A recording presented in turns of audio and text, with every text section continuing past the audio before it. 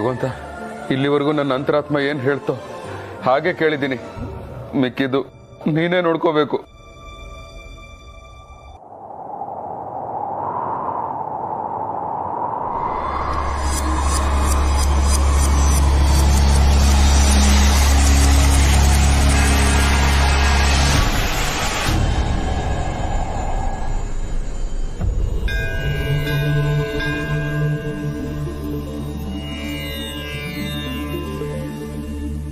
ಭಗವಂತ,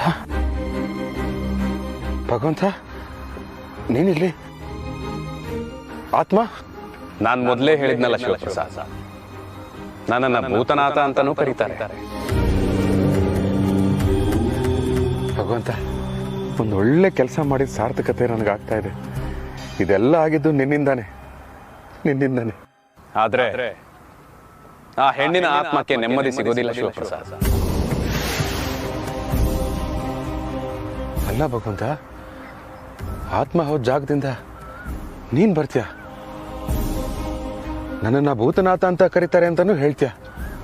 ಈಗ ನೋಡಿದ್ರೆ ಆತ್ಮಕ್ಕೆ ಮುಕ್ತಿ ಸಿಗಲ್ಲ ಅಂತಾನೂ ಹೇಳ್ತಾ ಇದೀಯ. ಅದ್ ಹೇಗೆ ಭಗವಂತ? ಶಿವಪ್ರಸಾದ್, ಇಲ್ಲಿ ನಿಮ್ ಬದುಕಿನ ಪುಸ್ತಕನ ನೀವೇ ಬರ್ಕೋಬೇಕು. ಆದ್ರೆ ಮೊದಲ ಮತ್ತು ಕೊನೆಯ ಪುಟ ಮಾತ್ರ ನಿಗೂಢ. ಎಲ್ಲಿ ಯಾವಾಗ ಹೋಗ್ತೀರಾ ಮತ್ತು ಯಾವಾಗ ಯಾಕೆ ಕೊನೆ ಆಗ್ತೀರಾ ಅನ್ನೋದು ರಹಸ್ಯವಾಗಿ ಉಳಿಬೇಕು. ಇದೇ ಪ್ರಕೃತಿಯ ಧರ್ಮ.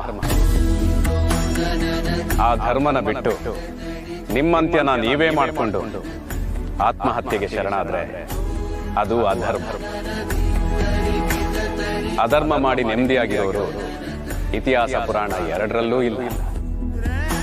ಈ ಜಗತ್ತಿನಲ್ಲಿ ಅತ್ಯಂತ ಶ್ರೇಷ್ಠ ಶ್ಲಾಘನೀಯ ಆತ್ಮಗೌರವ, ಅತ್ಯಂತ ಆಳವಾದ ನಂಬಿಕೆ ಆತ್ಮವಿಶ್ವಾಸ,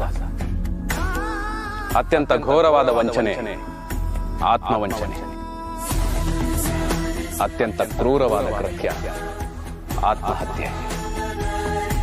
ಈ ತಪ್ಪಿಗೆ ತಿದ್ಕೊಳ್ಳೋ ಅವಕಾಶನೂ ಇಲ್ಲ. ಇಲ್ಲಿ ನಾನು ಕೈ ಚೆಲ್ಲಬೇಕಾಗುತ್ತೆ. ಅದೆಂತ ಕಠಿಣ ಸಮಯವೇ ಇರಲಿ, ಮನುಷ್ಯ ಬದುಕಿ ತೋರಿಸ್ಬೇಕು. ಸೋಲಿನ ಭಯ ಬೇಡ. ಗೆದ್ದವನಿಗೆ ಸೋಲಿನ ಅನುಭವ ಇರಲ್ಲ, ಆದರೆ ಸೋತವನಿಗೆ ಗೆಲುವಿನ ಬೆಲೆ. ಮಗನ್ ಪಾಪನೂ ಅಪ್ಪ ಅನುಭವಿಸ್ಬೇಕಲ್ವಾ? ನೀನ್ ನಗ್ನಗ್ತಾ ಹೇಳ್ತಾ ಇದೆ ಅಂದ್ರೆ ಮಗನ್ ಪಾಪ ಅಪ್ಪನಿಗೆ ತಟ್ಟೋದಿಲ್ಲ ಅಂತ ಅರ್ಥ. ನೋಡು, ಎಲ್ಲಾನು ನಗುನಲ್ಲೇ ಹೇಳ್ಬಿಡ್ತೀಯ. ಈ ಸಿನಿಮಾದಲ್ಲಿ ಮಾತಲ್ಲಿ ಹೇಳಕ್ ಆಗದಿರೋದನ್ನ ಹಾಡಲ್ಲಿ ಹೇಳ್ತಾರಲ್ಲ ಹಾಗೆ. ಪರವಾಗಿಲ್ವೇ? ಹಾಡಿನ ಬಗ್ಗೆ ಚೆನ್ನಾಗೇ ತಿಳ್ಕೊಂಡಿರೋ ಹಾಗಿದೆ. ಅಯ್ಯೋ ಭಗವಂತ, ಹಾಡಿನ ಬಗ್ಗೆ ತಿಳ್ಕೊಳಕ್ಕೆ ನಾನು ನಾಗೇಂದ್ರ ಪ್ರಸಾದ್ ಅಲ್ಲ, ನಾನು ಶಿವಪ್ರಸಾದ್. ಹಾ ಭಗವಂತ, ನನ್ ಒಂದ್ ಡೌಟು. ಕೇಳು. ನಮ್ಮ ನಿಖಿಲ್ಗೆ ಲತ್ತೆ ಹೊಡಿತಾ ಇರೋದು ಅವನು ನಾಸ್ತಿಕ ಆಗಿರೋದ್ರಿಂದ ತಾನೇ? ನಾಸ್ತಿಕನ? ಹಾಗಂದ್ರೆ ಆಹಾ, ಮಾವಿನ ಮರನೇ ಬಂದು ಮಾವಿನ ಸ್ವೀಕರಣೆ ಅಂದ್ರೆ ಏನು ಅಂತ ಕೇಳ್ದಂಗೆ ಕೇಳ್ತಾ ಇದೆಯಾ? ಏನ್ ಭಗವಂತ ನೀನು, ನಿನಗೆ ಆಸ್ತಿಕ ನಾಸ್ತಿಕ ಅಂದ್ರೆ ಏನು ಅಂತ ಗೊತ್ತಿಲ್ವಾ? ಶಿವಪ್ರಸಾದ್, ಈ ನಾಸ್ತಿಕ ಆಸ್ತಿಕ ಎಲ್ಲ ನೀವು ಹುಟ್ಟಾಕೊಂಡಿರೋ ವ್ಯವಸ್ಥೆ. ನನಗೆ ಹೇಗ್ ಗೊತ್ತಾಗ್ಬೇಕು?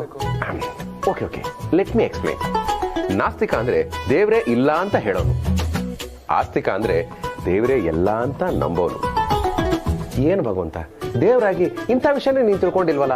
ಫ್ರೀ ಆಗಿದ್ರೆ ಲೈಬ್ರರಿಗೆ ಹೋಗು, ಇಲ್ಲಾಂದ್ರೆ ಇಂಟರ್ನೆಟ್ ಅಲ್ಲಿ ಸರ್ಚ್ ಮಾಡಿ ತಿಳ್ಕೋ. ಹೌದಾ? ಇದನ್ನ ನಿಮ್ಗೆ ಯಾರು ಹೇಳ್ಕೊಟ್ಟಿರೋದು?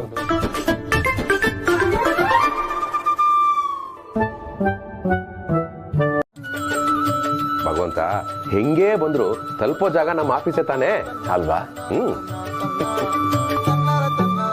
ಹಾಗೇನೆ ಶಿವಪ್ರಸಾದ್, ನನ್ನನ್ನು ತಲುಪೋದಕ್ಕೆ ಹಲವಾರು ದಾರಿಗಳು. ಕೆಲವರು ಭಕ್ತಿಯಿಂದ ಪೂಜೆ ಮಾಡ್ತಾರೆ, ಮತ್ತೆ ಕೆಲವರು ನಾನು ಇಲ್ಲ ಇಲ್ಲ ಅಂತ ನನ್ನನ್ನೇ ನೆನೆಸ್ಕೊತಿರ್ತಾರೆ. ಇನ್ನೂ ಒಂದಷ್ಟು ಜನ ಅನ್ನದಾನ, ವಿದ್ಯಾದಾನ ಮಾಡ್ತಾರೆ. ಇನ್ನೂ ಕೆಲವರು ತಮ್ಮ ಕೈಲಾದಷ್ಟು ಖುಷಿನ ಹಂಚಿ ಎಲ್ರಿಗೂ ಒಳ್ಳೆಯದನ್ನೇ ಬಯಸ್ತಾರೆ. ಇನ್ನೊಂದಷ್ಟು ಜನ ತಾವು ಮಾಡೋ ಕೆಲಸದಲ್ಲಿ ಶ್ರದ್ಧೆಯಿಂದ ಶ್ರಮಪಟ್ಟು ದುಡಿತಾರೆ. ಇವರೆಲ್ಲರೂ ದಾರಿನೂ ಬೇರೆ ಆದ್ರೂ ತಲುಪೋದು ನನ್ನನ್ನೇ ತಾನೇ. ಆಹಾ ಭಗವಂತ, ಎಷ್ಟು ಕಷ್ಟಕರವಾದ ವಿಚಾರನ ಎಷ್ಟು ಈಸಿಯಾಗಿ ಹೇಳ್ಬಿಟ್ಟೆ. ಶಿವಪ್ರಸಾದ್, ನೀನ್ ಸುಲಭವಾಗಿರೋದನ್ನ ತುಂಬಾ ಕಷ್ಟಪಟ್ಟು ಅರ್ಥ ಮಾಡ್ಕೋತಿದ್ಯಾ. ಇದೇ ಖುಷಿಲಿ ಲಾಡು ಕೊಡಲ್ವಾ? ಅಯ್ಯೋ ಭಗವಂತ, ನೀನ್ ಕೇಳೋದೆಚ್ಚ, ನಾನು ಕೊಡೋದೆಚ್ಚ. ತಗೋ ಭಗವಂತ. ದೇವ್ರ ಪ್ರಸಾದ ಕಣ್ಗೊತ್ಕೊಂತೀನಿ.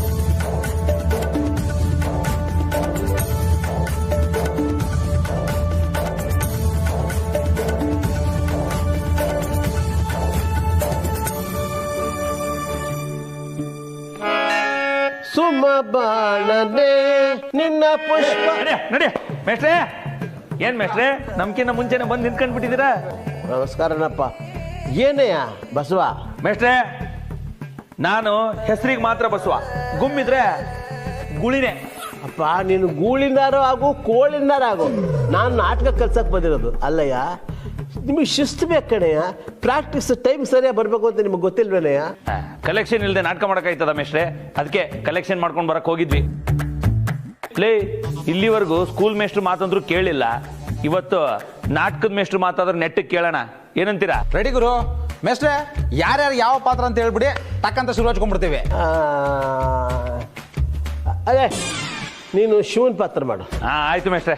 ನೀನು ಲೇ ಆ ಗಡ್ಡ ಬಳಸ್ಬಿಟ್ಟು ನಾರದ ಮಾಡು. ಸರಿ ಮೇಷ್ಟ್ರೆ. ನೀನು ಮನ್ಮಥನ್ ಮಾಡು. ನೀನು ರತಿ ಪಾತ್ರ ಮಾಡು. ಮೇಷ್ಟ್ರೆ, ನೋಡಕ್ಕೆ ರತಿ ತರ ಇದೀನ. ಲೇ, ರತಿ ಅಂದ್ರೆ ಏನ್ ತಿಳ್ಕೊಂಡಿದ್ಯೋ? ಅವಳು ಸೌಂದರ್ಯವತಿ, ಸೌಮ್ಯವತಿ. ನಿನ್ನ ಹಾಗೆ ನುಲಿಯೋದಿಲ್ಲ. ಲೇ, ಮೇಷ್ಟ್ರು ಹೇಳಿದ ಅರ್ಥ ಆಯ್ತೇನೋ? ರತಿ ಅಂದ್ರೆ ನುಲಿಯೋದಲ್ಲ ಕಣಲ್ಲ. ಲೇ, ನುಲಿಬೇಡ, ಗೊತ್ತಾಯ್ತಾ? ಈಗೇನ್ ಪ್ರಾಕ್ಟೀಸ್ ಮಾಡ್ತೀರಾ ಇಲ್ವಾ? ಮಾಡ್ತೀವಿ ಮೇಷ್ಟ್ರೆ. ಹೇಳಿ ಹೇಳಿ ಹೇಳಿ. ನೋಡಪ್ಪ, ಇವನು ಶಿವ ತಪಸ್ ಮಾಡ್ತಿರ್ತಾನೆ, ನೀನು ಇವನಿಗೆ ಬಾಣ ಬಿಡ್ತೀಯ. ಏನ್ ಮೇಷ್ಟ್ರೆ, ಈ ನನ್ನ ಮಗ ಬಂದು ನನಗ್ ಬಾಣ ಬಿಡ್ತಾನ? ಮುಟ್ಲಿ ನೋಡೋಣ, ಮುಟ್ಟ ನೋಡೋಣ. ಭಗವಂತ, ಸರಿಯಾದ ಟೈಮಿಗೆ ಬಂದು ನನ್ನನ್ನು ಕಾಪಾಡಿದೆ. ಇಲ್ಲ ಅಂದಿದ್ರೆ ಆ ಕೌರವ್ರ ಥರ ನಾನು 101 ಆಗ್ಬಿಡ್ತಾ ಇದ್ದೆ. ಅಲ್ಲ ಭಗವಂತ, ನನಗೊಂದು ಡೌಟು. ಅಲ್ಲಿದ್ದಿದ್ದ ಕಲ್ಲುಗಳು ಇದಕ್ಕಿದಾಗೆ ಮಾಯ ಆಗೋಯ್ತಲ್ಲ, ಹೇಗೆ? ಶಿವಪ್ರಸಾದ್, ಕೋಪದಲ್ಲಿ ಕೆಲವರು ನನ್ನನ್ನ ಕಲ್ಲು ಅಂತನೂ ಕರೀತಾರೆ.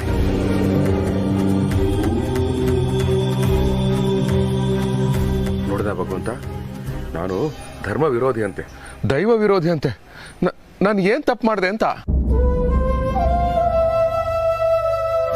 ಶಿವಪ್ರಸಾದ್, ಕೆಲವರು ಮನೆಗೆ ತಂದು ಹಾಕ್ಬೇಕು ಅಂತ ದುಡಿತಾರೆ, ಮತ್ತೆ ಕೆಲವರು ಇಬ್ರು ಮಧ್ಯ ತಂದು ಹಾಕೋದ್ರ ಮೂಲಕ ದುಡಿತಾರೆ. ಇಲ್ಲಿ ಬೇರೆಯವ್ರ ಹೇಳಿಕೆಗಿಂತ ನಿನ್ನ ಅಂತರಾತ್ಮದ ಕೋರಿಕೆಗೆ ಬೆಲೆ. ಯುದ್ಧ ಯಾವತ್ತಿದ್ರೂ ಧರ್ಮ ಅಧರ್ಮಗಳ ನಡುವೆ ನಡಿಬೇಕೇ ಹೊರತು ಧರ್ಮ ಧರ್ಮಗಳ ನಡುವೆ ಅಲ್ಲ. ಅಲ್ಲ ಭಗವಂತ, ಈ ಜನ ಯಾಕೆ ಹೀಗೆ? ನನ್ನ ಜೊತೆಲಿದ್ದವ್ರೆ ಈಗ ನನ್ನ ಧರ್ಮ ವಿರೋಧಿ, ದೈವ ವಿರೋಧಿ ಅಂತ ಕರಿತಾ ಇದ್ದಾರಲ್ಲ. ಕೇಳೋರಿರೋವರೆಗೂ ಹೇಳೋರು ಎದ್ದೇ ಇರ್ತಾರಲ್ಲ ಶಿವಪ್ರಸಾದ್. ಆ ಬೀಜಕ್ಕೆ ಅನುಮಾನ ಅನ್ನೋ ನೀರೆರೆದು, ಸ್ವಾರ್ಥ ಅನ್ನೋ ಗೊಬ್ಬರ ಹಾಕಿ, ದ್ವೇಷ ಅನ್ನೋ ಬಿಸಿಲನ್ನ ತಾಕಿಸಿದಾಗ ಅದು ಹೆಮ್ಮರವಾಗಿ ಬೆಳೆದು ಸಾಮರಸ್ಯನ ಕದಡುತ್ತೆ. ಇಲ್ಲಿ ಹೇಳೋನ್ ಹೆಡ್ಡ, ಕೇಳೋನು ದಡ್ಡ. ನಿಜ ಭಗವಂತ, ನೀನು ಹೇಳ್ತಾ ಇರೋದು ನಿಜ. ಈ ಜನ ಹೇಗಪ್ಪ ಅಂದ್ರೆ, ಒಂದು ಸಣ್ಣ ಕಿಡಿ ಬಿದ್ರೂ ಸಾಕು, ಅವರ ಸ್ವಾರ್ಥನ ತುಂಬಿಸಿ ಹಚ್ಚಿ ಉರಿಸ್ಬಿಡ್ತಾರೆ. ಛೇ, ಇದು ಯಾವುದು ನನಗೆ ಬೇಡವಾಗಿತ್ತು. ರಾಜಕೀಯಕ್ಕೋಸ್ಕರ ಬಳಸ್ಕೊಳ್ಳೋ ಈ ಧರ್ಮ ಅಧರ್ಮ, ಸಡನ್ ಆಗಿ ಬದಲಾಗೋ ಜನ, ಇವ್ರನ್ನೆಲ್ಲ ನೋಡ್ತಾ ಇದ್ರೆ ಇದನ್ನೆಲ್ಲ ಬಿಟ್ಟು ಕೊನೆಸರಿ ಕಾಡ್ಗೋಗ್ಬಿಡೋಣ ಅಂತ ಅನ್ಸುತ್ತೆ. ಅಲ್ಲ ಭಗವಂತ, ಇದರಿಂದ ನಮ್ಮ ಫ್ಯಾಮಿಲಿಗೆ ಏನಾದ್ರು ತೊಂದರೆ ಆಗುತ್ತೇನೋ ಅಂತ ಭಯ ಆಗ್ತಿದೆ. ತೊಂದರೆ ಎಲ್ಲಿಲ್ಲ ಶಿವಪ್ರಸಾದ್. ನಾಡಲ್ಲೂ ಇದೆ, ಕಾಡಲ್ಲೂ ಇದೆ. ತಾಪತ್ರಯ ಅನ್ನೋದು ಕಾಡಿನ ರಾಜನಿಗೂ ತಪ್ಪಿದ್ದಲ್ಲ. ಸತ್ಯದ ದಾರಿಲಿ ಧರ್ಮವಾಗಿ ನಡ್ಕೊಳ್ಳೋನ್ಗೆ ಭಯದ ನೆರಳು ಬೀಳೋದು ಸಹಜ. ಆದ್ರೆ ಕೊನೆಗೆ ಗೆಲ್ಲೋದು ಧರ್ಮ ಒಂದೇ.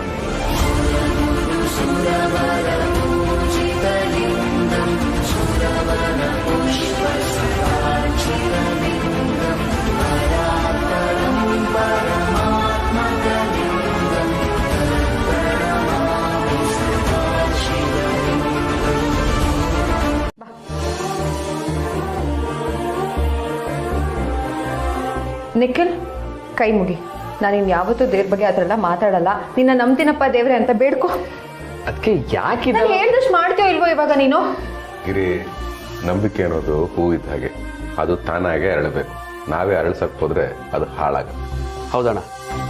ಅದಕ್ಕೆ ನಾನು ಇನ್ನೊಬ್ರಿಗೆ ನೀವು ದೇವ್ರನ್ನ ನಂಬೇಡಿ, ಕೈ ಮುಗಿಬೇಡಿ ಅಂತ ಯಾವತ್ತೂ ಹೇಳೋದಿಲ್ಲ. ಅದು ಅವ್ರವ್ರ ನಂಬಿಕೆ. ಆ ನಂಬಿಕೆನ ನಾನು ಗೌರವಿಸ್ತೀನಿ. ಹಾಗೆ ನನ್ನ ನಂಬಿಕೆಗೂ ಗೌರವ ಕೊಡಬೇಕಲ್ವ. ಅದಕ್ಕೆ ನನ್ನ ಪ್ರಕಾರ ದೇವ್ರ ಮೇಲೆ ಭಕ್ತಿ ಇರಬೇಕು ಹೊರತು ಭಯ ಅಲ್ಲ. ಆದರೆ ಏನು ಮಾಡೋದು, ಕೆಲವರು ಈ ಭಯನೇ ಭಕ್ತಿ ಅಂತ ತಪ್ಪು ತಿಳ್ಕೊಂಡಿದ್ದಾರೆ ಅಷ್ಟೇ. ನನಗೆ ಯಾವ ರೀತಿ ಭಯ ಇಲ್ಲ. ಯಾಕೆ ಹೇಳಿ? ನಾನು ಇದುವರೆಗೂ ತಪ್ಪು ಮಾಡಿಲ್ಲ, ಮುಂದೆ ತಪ್ಪು ಮಾಡೋದೂ ಇಲ್ಲ. ನ್ಯಾಯವಾಗಿದ್ದೀನಿ, ಕಷ್ಟಪಟ್ಟು ಕೆಲಸ ಮಾಡ್ತಿದ್ದೀನಿ. ಅಫ್ಕೋರ್ಸ್ ಕೆಲಸ ಮಾಡ್ತಿರ್ಬೇಕಾದ್ರೆ ಕೆಲವೊಂದು ಫೇಲ್ಯೂರ್ಸ್ ಆಗೇ ಆಗುತ್ತೆ. ಆ ಫೇಲ್ಯೂರ್ಸ್ಗೆ ನಾನೇ ಹೊಣೆ ಆಗಿರ್ತೀನಿ. ಸುಮ್ಮನೆ ಫೇಲಿಯರ್ ಆಯಿತು ಅಂತ ಅಯ್ಯೋ ದೇವ್ರೆ ಯಾಕಪ್ಪ ಹೀಗೆ ಮಾಡಿದೆ ಅಂತ ನಾನು ಆ ದೇವ್ರ ಮೇಲೆ ಎಲ್ಲನೂ ಹಾಕೋದಿಲ್ಲ. ಅಣ್ಣ, ಕಾಯಕವೇ ಕೈಲಾಸ. ನಾನು ಬರೀ ಇದನ್ನು ಮಾತ್ರ ನಂಬೋದು. ಇಷ್ಟರ ಮೇಲೂ ನಾನು ದೇವ್ರ ಕೈ ಮುಗಿಲೇಬೇಕಂತಾದ್ರೆ ನಿಮ್ಮ ಮಾತಿಗೆ ಬೆಲೆ ಕೊಟ್ಟು ನಾನು ದೇವ್ರ ಕೈ ಮುಗಿತೀನಿ.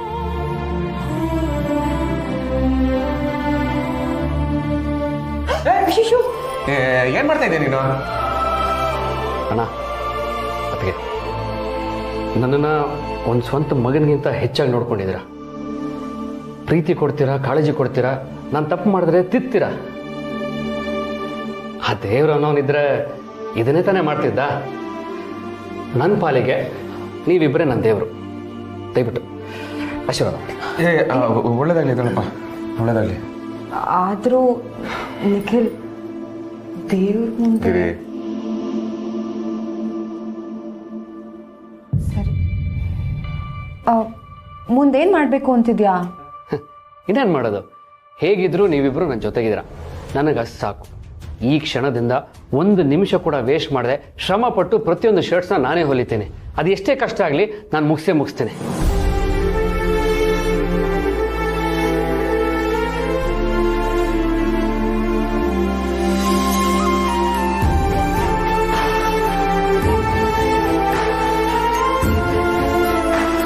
ಅದಕ್ಕೆ ಒಂದೇ ದಿನದಲ್ಲಿ ಕಷ್ಟಪಟ್ಟು ಅದೆಷ್ಟು ಶರ್ಟ್ಸ್ ಹೊಲಿಬೇಕಾಗಿತ್ತೋ ಎಲ್ಲನೂ ಹೊಲಿದು ಮುಗಿಸಿದ್ದೀನಿ.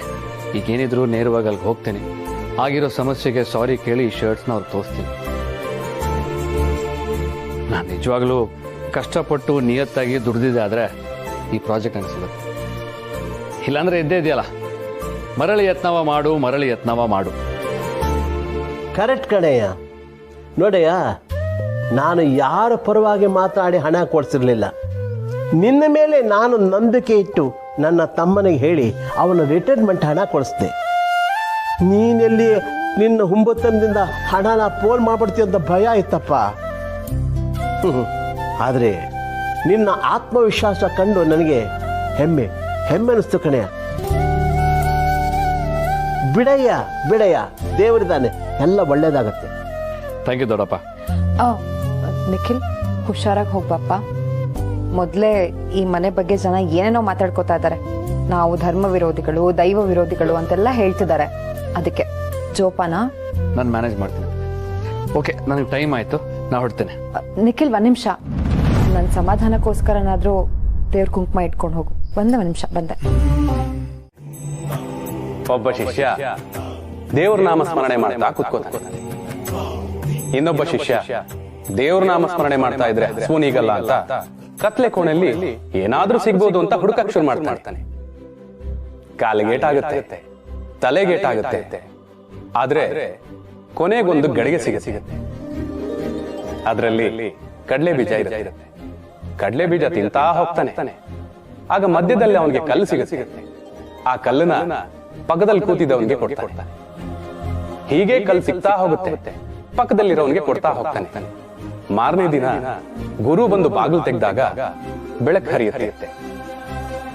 ಆಗ ಗೊತ್ತಾಗುತ್ತೆ ದೇವರ ನಾಮಸ್ಮರಣೆ ಮಾಡ್ತಿದ್ದವನ್ ಕೈಯಲ್ಲಿ ಇದ್ದಿದ್ದು ಕಲ್ಲಲ್ಲ, ವಜ್ರ ಅಂತ. ಅರ್ಥ ಆಯ್ತಾ? ಅರ್ಥ ಆಯ್ತು. ಕತೆ ತುಂಬಾ ಚೆನ್ನಾಗಿದೆ. ಹಲೋ, ಏನಾಗ್ತಿದೆ? ಆಗಿಂದ ಗಮನಿಸ್ತಾ ಇದ್ದೀನಿ, ಒಬ್ಬನೇ ನಿಂತ್ಕೊಂಡು ಮಾತಾಡ್ತಿದ್ಯಲ್ಲ, ಅದು alright? I am perfectly all right. ಅದು ಅವಾಗವಾಗ ನಾನು ಈ ತರ ಸೆಲ್ಫ್ ಟಾಕ್ ಮಾತಾಡ್ಕೊತಾ ಇರ್ತೀನಿ. It's a kind of mental exercise. ಮೆಂಟ್ಲ? ಮೆಂಟಲ್ ಅಲ್ಲಪ್ಪ, ನಿನಗೆ ಅದು ಅರ್ಥ ಆಗೋದಿಲ್ಲ. You please carry on. ಭಗವಂತ, ಈ ಕಥೆಯಲ್ಲಿ ಆಹಾರ ಹುಡುಕ್ತಾ ಇದ್ದೊಂದು ಹೊಟ್ಟೆ ತುಂಬಿತು, ದೇವ್ರ ನಾಮಸ್ಮರಣೆ ಮಾಡ್ತಾ ಕೂತಿದ್ದೊಂದು ಹೊಟ್ಟೆ ತುಂಬಿತು. ಅದೇ ವಜ್ರ ಸಿಕ್ತಲ್ಲ, ಆ ವಜ್ರನ ಬಳಸ್ಕೊಂಡು ಮುಂದೆ ಹೊಟ್ಟೆ ತುಂಬಿಸ್ಕೋಬೋದಲ್ಲ, ಅದಕ್ಕೆ ಅರ್ಥ. ಶಿವಪ್ರಸಾದ್, ಕತೆ ಹೇಳೋದಷ್ಟೇ ನನ್ನ ಕೆಲಸ. ಅದರಲ್ಲಿರೋ ನೀತಿ ಪಾಠನ ನೀನ್ ಅಂತರಾತ್ಮ ಕೇಳ್ಕೊ. ಅಂದ್ರೆ ವಜ್ರ ಕಾಸ್ಟ್ಲಿ, ದೇವ್ರ ನಾಮಸ್ಮರಣೆ ಮಾಡಿಕೊಂಡು ನಮ್ಮ ಕೆಲಸ ಮಾಡ್ತಾ ಇದ್ರೆ ಊಟದ ಜೊತೆಗೆ ಕಾಸ್ಟ್ಲಿ ಐಟಮ್ ಸಿಗುತ್ತೆ ಅಲ್ವಾ ಭಗವಂತ? ಹಾ ಕತೆ ಹೇಳಿ ತಲೆ ಹುಳ ಬಿಟ್ಬಿಡಲ್ಲ ಭಗವಂತ. ಏನಿರ್ಬೋದು ಈ ಕಥೆಯ ನೀತಿ? What's the moral of the story?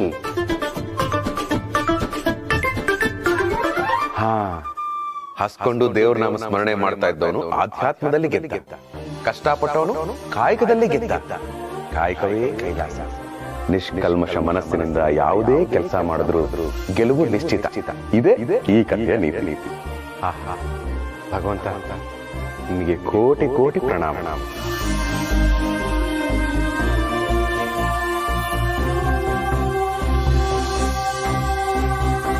Pen Giri, pen ಯಾವಾಗಲೂ ನನ್ನ ಬ್ಯಾಗಲ್ಲಿ ಇರ್ತಾ ಇತ್ತು. ಬ್ಯಾಗಲ್ಲಿ ಹುಡುಕ್ತೆ ಸಿಗ್ಲಿಲ್ಲ, ಇಲ್ಲೆಲ್ಲ ಹುಡುಕ್ತೆ ಸಿಗ್ಲಿಲ್ಲ, ಅದಕ್ಕೆ ನೀನು ಹುಡ್ಕೊ ಅಂತ ಹೇಳ್ತಾ ಇರೋದು. ರೀ, ಪೆನ್ನು ನನ್ನ ದಿವ್ಯ ದೃಷ್ಟಿ ನೋಡಿ ಹೇಳ್ತಾ ಇದ್ದೀನಿ, ಅದು ನಿಮ್ ಕೈಯಲ್ಲೇ ಇದೆ ನೋಡಿ. ಓ, ಇಸ್ ಇಟ್?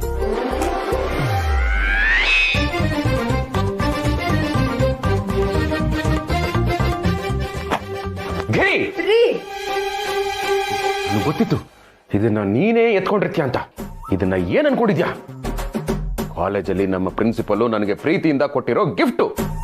ಇಂಕ್ ಖಾಲಿ ಆಗುತ್ತೆ ಅಂತ ನಾನು ಬರೀದಿರ ಬ್ಯಾಗಲ್ಲಿ ಇಟ್ಕೊಂಡು ಓಡಾಡ್ತಾ ಇದೀನಿ, ಅಂತದ್ರಲ್ಲಿ ನೀನು ರೇಷನ್ ಬರೆಯಕ್ಕೆ ಯೂಸ್ ಮಾಡ್ತಾ ಇದೀಯ. ನಾನ್ ಸೆನ್ಸ್. ನನ್ನ ಗಿಫ್ಟ್ ನ ಬೇರೆಯವ್ರು ಯಾರು ಬಳಸಬಾರ್ದು ಅಂತ ಹೆಸರು ಹೇಳ್ಬೇಕು ನಿನ್ಗೆ. ನಮ್ಮ ಪ್ರಿನ್ಸಿಪಲ್ ನನಗೆ ಪ್ರೀತಿಯಿಂದ ಕೊಟ್ಟಿರೋ ಗಿಫ್ಟ್. ಈ ಗಿಫ್ಟ್ ಕೊಡ್ಬೇಕಾದ್ರೆ ಅವ್ರು ಏನ್ ಹೇಳಿದ್ರು ಗೊತ್ತಾ? ಏನ್ ಹೇಳಿದ್ರು? ಶಿವಪ್ರಸಾದ್, ನಿನ್ನ ಶಿಸ್ತಿಗೆ, ನಿನ್ನ ಸಂಯಮಕ್ಕೆ, ನಿನ್ನ ಗುರುಭಕ್ತಿಗೆ ನಾನು ಕೊಡ್ತಾ ಇರೋ ಗಿಫ್ಟ್ ಇದು. ಎಲ್ಲರೂ ಗುರುದಕ್ಷಿಣೆ ಕೊಡ್ತಾರೆ, ನಾನು ಶಿಷ್ಯ ದಕ್ಷಿಣೆ ಕೊಡ್ತಾ ಇದ್ದೀನಿ. ಇದನ್ನ ಯಾವಾಗ್ಲೂ ನಿನ್ನ ಜೇಬಲ್ಲೇ ಇಟ್ಕೋ ಅಂತ ಹೇಳಿ ಕೊಟ್ಟಿರೋ ಗಿಫ್ಟ್ ಇದು. ಇದೇ ಲಾಸ್ಟ್ ಅಂಡ್ ಫೈನಲ್ ವಾರ್ನಿಂಗ್. ನನಗ್ ಬಂದಿರೋ ಗಿಫ್ಟ್ ನ ಬಳಸ್ಕೊಡೋದಾಗ್ಲಿ ಅಥವಾ ನಾನ್ ಕೊಟ್ಟಿರೋ ಗಿಫ್ಟ್ ನ ಬೇರೆಯವರು ಕೊಡೋದಾಗ್ಲಿ ಮಾಡಿದ್ರೆ ನನಗೆ ಕೆಟ್ಟ ಕೋಪ ಬರುತ್ತೆ. ನೆನ್ಪಿರ್ಲಿ. ನಿನ್ನ ಏನ್ರಿ ನೀನು ಇಷ್ಟೊಂದು ಮುದ್ದಾಗಿ ಏನ್ರಿ ಅಂತ ಹೇಳ್ಬಿಟ್ರೆ ನನಗೆ ಬೈಯಕ್ಕೂ ಮನ್ಸಾಗಲ್ಲ. ನೋಡುಗ್ರಿ, ಇನ್ಮೇಲೆ ನನ್ನ ಗಿಫ್ಟ್ಸ್ನೆಲ್ಲ ಈ ಥರ ಬಳಸ್ಕೋಬಾರ್ದು, ಓಕೆನಾ? ಸರಿ, ಆಯ್ತು. ಆಮೇಲೆ ಇನ್ನೊಂದು ಮನವಿ. ಹೇಳಿ. ರೇಷನ್ ಬರಿಬೇಕಾದ್ರೆ ಅಡುಗೆ ಮನೇಲಿರೋ ಬಾಕ್ಸ್ ನೋಡಿ ಬರಿಬೇಡ, ನಿನ್ನ ಗಂಡಲ್ ಜೇಬಲ್ಲಿರೋ ಬ್ಯಾಲೆನ್ಸ್ ನೋಡಿ ಬರೀ. ಸರಿ ರೀ. ನಾನು ಆಫೀಸ್ಗೆ ಹೋಗಿ ಬರ್ತೀನಿ. I miss you. ಬಾಯ್. ಹುಷಾರು.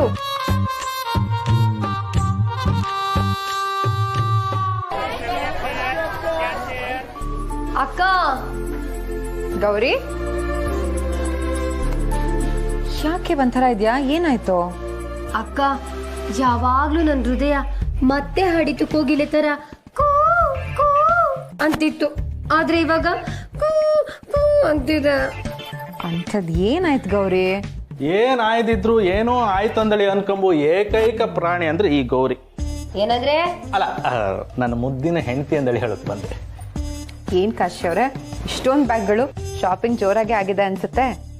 ಎಂತ ಶಾಪಿಂಗ್ ಮರ್ರೆ. ನೀವು ಒಲೆ ಬರ್ಬೇಕಾ? ಓ ಸರ್, ನಿಮ್ಮ ಅಂಗಡಿಗೆ ಬರ್ತಾ ಇದ್ದೆ. ಏನೋ ಅಂಗಡಿ ಕ್ಲೋಸಾ? ಮಧ್ಯಾಹ್ನ ಬರ್ಬೇಕಾ? ಅಯ್ಯೋ, ನಾನು ಹೊರಟಿದ್ನಲ್ಲ ಸರ್. ಸರ್, ಹಾಗಾದ್ರೆ ಒಂದು ಕೆಲಸ ಮಾಡಿ ಸರ್, ಮಧ್ಯಾಹ್ನ ಡೆಲಿವರಿ ಇಸ್ಕೊಳ್ತೀನಿ ಅಂತ ನಮ್ಮ ಮ್ಯಾನೇಜರ್ಗೆ ಒಂದು ಮೆಸೇಜ್ ಮಾಡಿಬಿಡಿ ಸರ್ ಪ್ಲೀಸ್, ಇಲ್ಲಾಂದ್ರೆ ನನಗೆ ಬೈತಾರೆ ಸರ್. ಹೌದಾ? Thank you sir, thank you so much.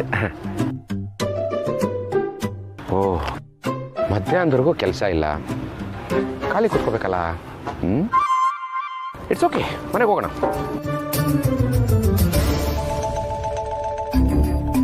Kashi ಇಲ್ಲೇನು ಮಾಡ್ತಾ ಇದಾರೆ?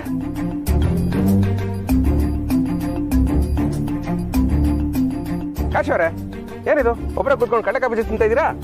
ಎಲ್ಲರೂ ಸೇರ್ಕೊಂಡು ತಿಮ್ಮಕ್ಕಿದ್ದೇನು ಹೊಲಸಿನ ಹಣ್ಣ ಮರ್ರೆ ಅದನ್ನ ಯಾಕೆ ಮಕ್ಕ ಹುಣ್ಸೆ ಇಟ್ತಾರೆ ಇಟ್ಕೊಂಡು ಹೇಳ್ತಿದ್ದೀರಾ? ಅಂತ ಹೇಳೋದು ಮರ್ರೆ. ಈ ಮದುವೆಗೂ ಮುಂಚೆ ಹೆಣ್ಮಕ್ಳನ್ನೆಲ್ಲ ಬೈಕೊಂಡು ಓಡಾಡ್ತಿದ್ದಿತ್ತು. ಅದೇ ಶಾಪುವ ಏನು, ಮದುವೆ ಯಾರ ಮೇಲೆ ಹೆಂಡತಿ ಕೈಲಿ ಬೈಸ್ಕೊಂಡು ಓಡಾಡುವಂಗೆ ಆಯ್ತು ನಮ್ಮ ಪರಿಸ್ಥಿತಿ. ಚಾಚೆ, ನನ್ನ ಹೆಂಡತಿ ಗಿರಿ ಹಾಗಲ್ಲ, ಅವಳು ಬೈಕೊಂಡು ಓಡಾಡಲ್ಲ. ಕೂಕಂಡೆ ಬೈತ್ರಾ? ಅಯ್ಯೋ ಹಾಗಲ್ಲ, ನನ್ನ ಗಿರಿ ಬೇರೆನೇ ಥರ.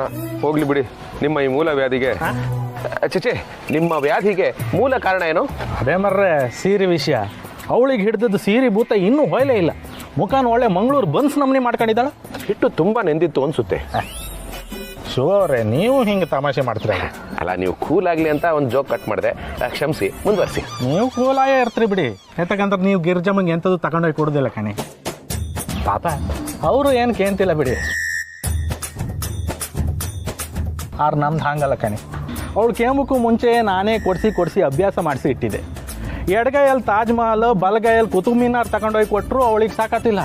ಅವಳಿಗೆ ಮೈಸೂರು ಪ್ಯಾಲೇಸೇ ಬೇಕಮ್ಮ. ಆದರೆ ನಮ್ಮ ಗಿರ್ಜಮ್ಮ ಹಂಗಲ್ಲ ಕಣಿ. ಈಗ ಕಣಿ, ನೀವು ಗಿರ್ಜಮ್ಮಗೆ ಎಂಥ ಗಿಫ್ಟ್ ಕೊಡ್ಸೋದೇ ಬೇಡ, ಪ್ರೀತಿಯಿಂದ 2 ಮಾತಾಡ್ರೆ ಸಾಕು, ಗಿರ್ಜಮ್ಮ ಫ್ಲಾಟ್ ಆಗಿಬಿಡ್ತಾರೆ. ಫೋನ್ ಬಂತು. ಸಾಹೇಬ್ರು ಫೋನ್ ಮಾಡ್ತಿದ್ರ, ನಾ ಕಡೆ ಸಿಕ್ತೆ. ಅಲ್ಲ ಸಾಹೇಬ್ರೆ, ಬಂದೆ. ಕಾಶಿ ಅವರು ಮಕ್ಕೊಡ್ದಂಗೆ ಹೇಳಿದ್ರು, ನಿಜಾನೇ ಹೇಳ್ಬಿಟ್ಟು ಹೋದ್ರು. ಪಾಪ ಗಿರಿ ಏನೂ ಕೇಳಲ್ಲ. ಇವತ್ತು ಅದೇನೋ ನನ್ನ ಬಗ್ಗೆ ಒಂದು 10 ಲೈನ್ ಬರ್ಕೊಡ್ರಿ ಅಂತ ಕೇಳಿದ್ಲು. ಹೆಂಗಿರು ಮಧ್ಯಾಹ್ನದವರೆಗೂ ಕೆಲಸ ಇಲ್ಲ, ಖಾಲಿ ಕೂರ್ಬೇಕಲ್ಲ ಅಂತ ಅನ್ಕೋತಾ ಇದ್ದೆ. ಇದನ್ನೇ ಕೆಲಸ ಮಾಡ್ಕೊಂಡ್ಬಿಡ್ತೀನಿ. ಇಲ್ಲೇ ಕೂತ್ಕೊಂಡು ಠಕ ಠಕ ಠಕ ಅಂತ ಬರ್ದ್ಬಿಡ್ತೀನಿ.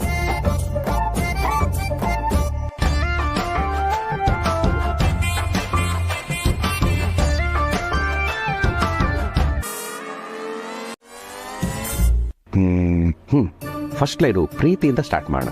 ಪ್ರೀತಿಯ ಗಿರಿ, ನೀನು ನನಗೆ ಕೇಸರಿ ಬಾತ್ ಮಾಡಿ ಕೊಟ್ಟಾಗ ನಿನ್ನ ಕೆನ್ನೆನೇ ಕೇಸರಿ, ನಿನ್ನ ಮಾತೇ ಬಾತು.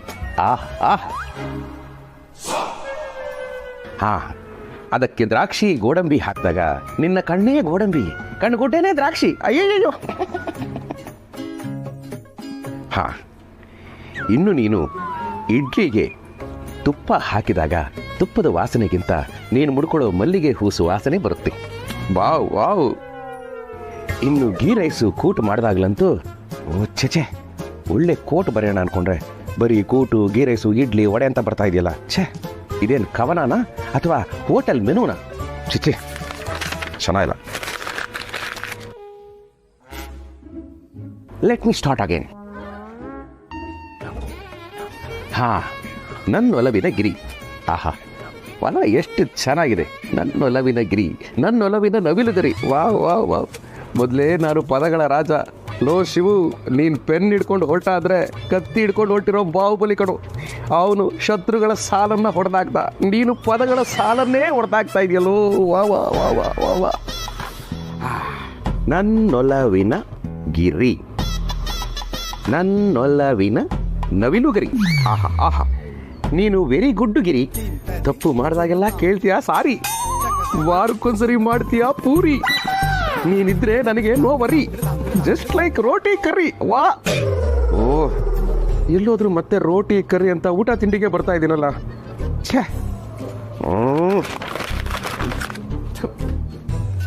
ಛೇ, ಆಫ್ಟರ್ 10 ಲೈನ್ ಬರೆಯೋಕ್ಕಾಗ್ತಾ ಇಲ್ವಲ್ಲ.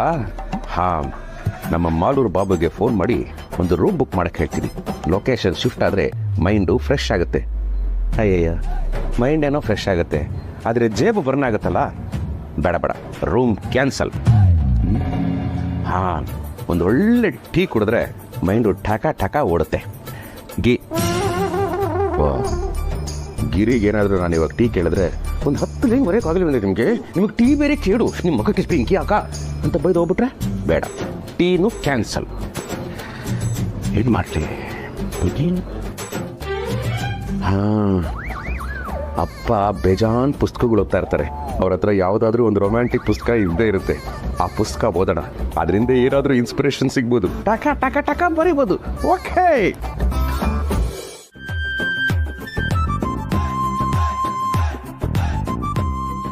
ಏ ಬಾಬು, ಆಯ್ತು ಮಾಲೂರ್ ಬಾಬು, ನೀನು ಹೇಳಿರೋ ಜಾಗಕ್ಕೆ ಬಂದು ನಿಂತಿದ್ದೀನಿ. ಆದ್ರೆ ನೀನು ಹೇಳಿದ ವ್ಯಕ್ತಿ ಇಲ್ಲಿ ಯಾರು ಕಾಣಿಸ್ತಾ ಇಲ್ಲ ಕಣೋ. ಹೌದಾ? Okay okay. ಹಲೋ, ಏನೋ ನನ್ನ ಬರವಣಿಗೆ ಬಗ್ಗೆ ಮಾತಾಡ್ತಾರ ರೀ? ಒಂದು ಅವ್ರಿಗೆ ಕನ್ನಡ ಬರಲ್ಲ, ಇಲ್ಲ ಕಣ್ಣು ಸರಿಯಾಗಿ ಕಾಣಲ್ಲ, ನನ್ನ ಬರವಣಿಗೆ ಬಗ್ಗೆ ಮಾತಾಡ್ತಾರೆ. ಇರ್ರಿ ಫೋನು. Excuse me sir. ಹೇಳ್ರಿ. ತಾವು ಬರೆಯೋರಾ? ಹ್ಞೂ, ಯಾಕೆ ನಿಮಗೂ ಬರ್ಕೊಡ್ಬೇಕಿತ್ತಾ? ಹೌದು ಸರ್, 10 ಲೈನು. 10 ಲೈನೋ 20 ಲೈನೋ? ಇಂಚಿಗೆ 380 ರೂಪಾಯಿ. ಇಂಚಿಗೆ 380? ಆಹಾ, ಪೇಜ್ ಲೆಕ್ಕದಲ್ಲಿ ಬರೆಯೋರ್ನ ನೋಡಿದ್ದೆ, ಇಂಚ್ ಲೆಕ್ಕದಲ್ಲಿ ಬರೆಯೋರ್ನ ಮೊದಲನೇ ಸಾರಿ ಭೇಟಿ ಆಗ್ತಾ ಇದ್ದೀನಿ. ಇಂಚ್ ಲೆಕ್ಕದಲ್ಲಿ ನೀರು ಸಿಗುತ್ತೆ ಅಂತ ಕೇಳಿದ್ದೆ, ಪಂಚಲೈನು ಸಿಗುತ್ತೆ ಅಂತ ನಿಮ್ಮಿಂದ ಗೊತ್ತಾಯ್ತು. ರೈತರಿಗೆ ಬೇಲಿ ಸಾಲು, ರೈತರಿಗೆ ಜಾಲಿ ಸಾಲು. ರೀ, ನಿಮ್ಗೇನು ಬರ್ಕೊಡ್ಬೇಕು ಅದನ್ನ ಹೇಳ್ರಿ. ಹೇಳ್ತೀನಿ. ಆದ್ರೆ 380 ರೂಪಾಯಿ ತುಂಬಾ ಕಾಸ್ಟ್ಲಿ ಆಯ್ತಲ್ಲ? ರೀ ಸ್ವಾಮಿ, ಏನು ಅನ್ಕೊಂಡಿದ್ದೀರ ನನ್ನ ಬಗ್ಗೆ ನೀವು? ನಾನು ಬರ್ದಿರೋದನ್ನ ಇಡೀ ಕರ್ನಾಟಕದಲ್ಲಿ ಎಲ್ಲರೂ ಓದವ್ರೆ. ಓದಕ್ ಬರ್ದೇ ಇರೋರು ನೋಡವ್ರೆ, ಗೊತ್ತಾ? ಆಹಾ, ಓದಕ್ ಬರ್ದೇ ಇರೋರು ನೋಡೋ ರೇಂಜಿಗೆ ಬರ್ದಿದ್ದೀರಾ ಸರ್ ನೀವು. ಆದ್ರೆ ಯಾಕೆ ಸರ್ ನೀವು ಇನ್ನೂ ಬೆಳಕಿಗೆ ಬಂದಿಲ್ಲ? ಛೇ, ನಮ್ಮ ಇಂಡಸ್ಟ್ರಿನೇ ಹೀಗೆ. ಆದ್ರೂ ನಿಮ್ಮಂಥ ಒಬ್ಬ ಸಾಧಕನ್ನ ನಾನು ಭೇಟಿ ಆಗ್ತೀನಿ ಅಂತ ಅನ್ಕೊಂಡೇ ಇರಲಿಲ್ಲ sir. I never expected. Sir, ನೀವು ಬರೆದಿರೋ ಯಾವ್ದಾದ್ರು ಒಂದು ಬ್ಯೂಟಿಫುಲ್ ಲೈನ್ ಹೇಳಿ ಸರ್, ನನ್ನ ಮೆಮೊರಿಯಲ್ಲಿ ಲಿಂಕ್ ಮಾಡ್ಕೊಂಡು ಸಿಂಕ್ ಮಾಡ್ಕೋತೀರಿ. ಬಲಕ್ಕೆ ತಿರುಗಿ, ಎಡಕ್ಕೆ ತಿರುಗಿ, ಓಕೆ, ಮುಂದೆ ರಸ್ತೆ ಉಬ್ಬಿದೆ. Do not drink and drive. ಕುಡಿದು ವಾಹನ ಚಾಲನೆ ಮಾಡಬೇಡಿ. ನಿಲ್ಲಿಸಿ, stop. Shri Manjunatha wine stores, Shri Gurulingayya ಗುಜರಿ ಅಂಗಡಿ. ಇಲ್ಲಿ ತೂತು ಪಾತ್ರೆಗಳನ್ನು, ತುಕ್ಕು ಹಿಡಿದ ಕಬ್ಬಿಣಗಳನ್ನು ಕೊಂಡುಕೊಳ್ಳಲಾಗುತ್ತದೆ. ಇದನ್ನೆಲ್ಲ ನಾನೇ ಸರ್ ಬರ್ದಿರೋದು. ನೀವು ಬೋರ್ಡ್ ಬರೆಯೋರಾ? ಹ್ಞೂ. ಅಯ್ಯೋ, ಇಂಚ್ ಲೆಕ್ಕದಲ್ಲಿ ಬರೀತೀನಿ ಅಂದಾಗಲೇ ಅನ್ಕೊಬೇಕಾಗಿತ್ತು. ಕಡೆ ಪಕ್ಷ ನಿಮ್ಮ ಕಿವಿಲಿ ಬ್ರಷ್ ಪಾಕದಲ್ಲಿ ಡಬ್ಬ ನೋಡಾದ್ರೂ ನಾನು ಗೆಸ್ಟ್ ಮಾಡಬೇಕಾಗಿತ್ತು. ಸರ್, ನನಗೆ ಇಂಚ್ ರೈಟರ್ ಬೇಡ, ಪಂಚ್ ರೈಟರ್ ಬೇಕು. Thank you. Yours faithfully, Shivaprasad. Raja ಚಡ್ಡಿ ಮತ್ತು ಬನಿಯನ್ಗಳು, ಇದನ್ನ ನೀವು ಹೊರಗು ನಾನೇ ಬರೀಬೋದಲ್ಲ. ನಾನು ಹೋಗ್ತಾಗೆ ಒಂದು 10 ಸಾಲು ಬರೆಯೋಕ್ಕಾಗ್ತಾ ಇಲ್ವೇ? ತುಂಬಾ ಕಷ್ಟ ಆಗ್ತಿದ್ಯಾ ಶಿವಪ್ರಸಾದ್?